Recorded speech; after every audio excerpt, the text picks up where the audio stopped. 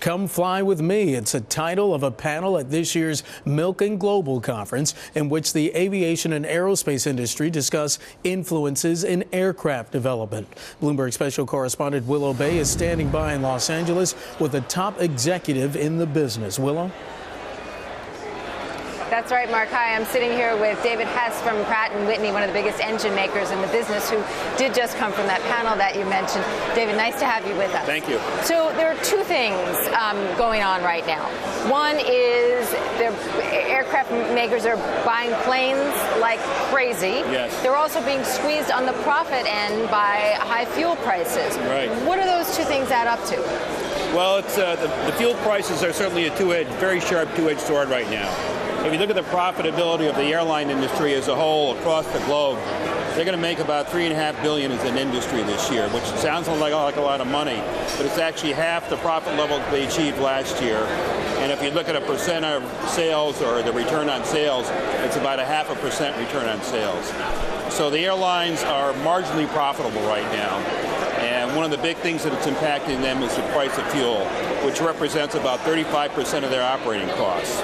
So it's a big swinger, and as you know, fuel has gone from 60 cents a gallon for jet fuel 20 years ago to $3.30 a gallon this year. And where's it headed? Well, I can't predict the price of fuel, but I can tell you that the airlines desperately need newer, more fuel-efficient aircraft with more fuel-efficient engines, and we're developing more of them. We can help with that. Before we get on to your business, and what do you think is going to go on with the AMR bankruptcy? Is it likely that we'll see a deal with United when?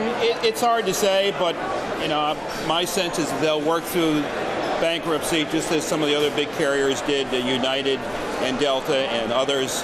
And once they emerge from that process, and that could take them through the end of this year, early next year, possibly there would be some kind of industry consolidation, I think most likely after they emerge from Chapter 11. In the last 18 months, we've seen record production from Boeing and Airbus. Yes. Is there any concern that they've accelerated production levels, airframe production levels, to unsustainable levels?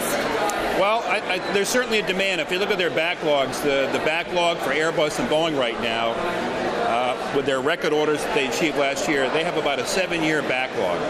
So they actually have quite a bit of backlog to sustain themselves. I don't see this as a bubble. I think they can sustain these production levels for a while.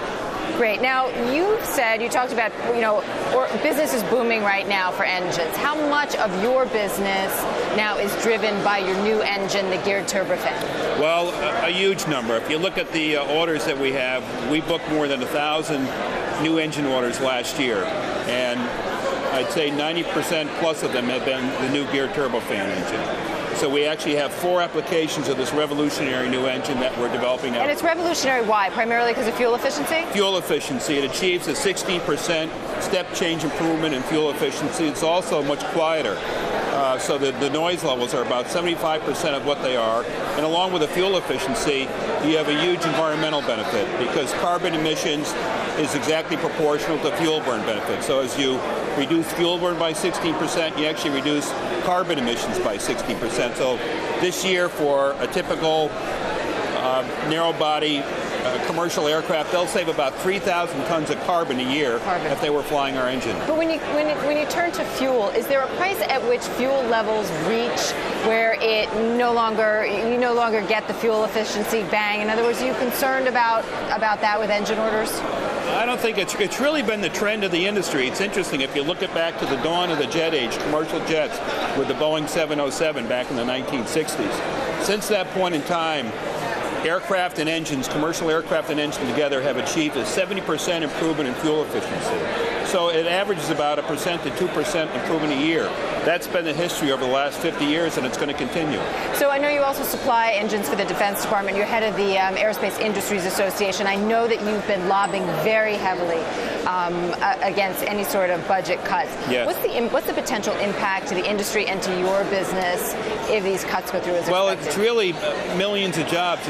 We've calculated that if they were going to go to from the budget cuts that have been talked about today, $487 billion in budget cuts that have been basically agreed to today, to the $1 trillion level, which would be triggered if they do enact sequestration, it could mean 1 million jobs in the industry. And what do you think is likely to happen with the F-35 program, for example? I mean, do you think I hope that wisdom prevails. I mean, this is one of the jewels of the U.S. industrial base. If you look at the favorable balance of trade, the aerospace industry has far and away the largest favorable balance of trade, about $50 billion a year in a favorable trade balance. It's an industry that the U.S. needs to promote and preserve, and part of that is preserving the industrial base through the defense industry.